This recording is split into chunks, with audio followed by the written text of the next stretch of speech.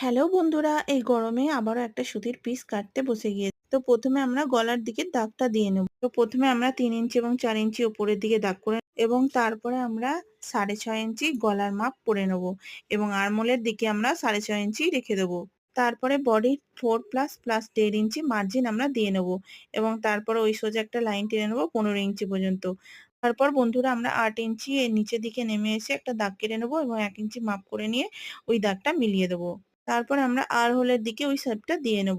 একটা 1 ইঞ্চি আর একটা 1.5 ইঞ্চিতে আমরা দাগ দিই। তারপর আমরা নিচে দিকে 1/2 ইঞ্চি এসে ওই দাগটা পুরোটা মিলিয়ে দেবো এবং আমরা উপরের পার্টটাকে কাটিং করে নেব।